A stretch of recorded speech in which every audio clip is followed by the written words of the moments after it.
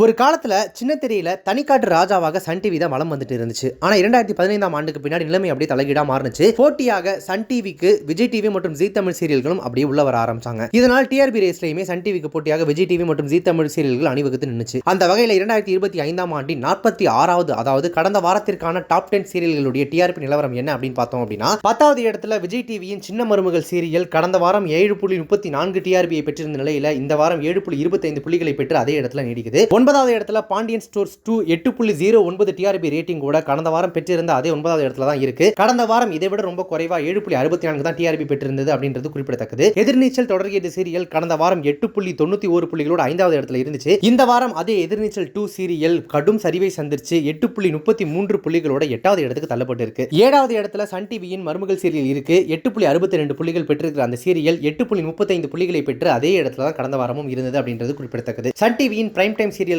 ஒன்னான அன்னம் சீரியல் கடந்த வாரம் 8.63 புள்ளிகளை பெற்றிருந்த நிலையில இந்த வாரம் 8.54 டிஆர்பி ரேட்டிங்கை பெற்று அதே 6வது இடத்தை தக்க வச்சிட்டு இருக்கு. விஜய் டிவியில ட்ரெண்டிங் சீரியலாக இருக்கக்கூடிய ஐயனார் துணை சீரியல் கடந்த வாரம் 8.55 புள்ளிகளோட 8வது இடத்துல இருந்துச்சு.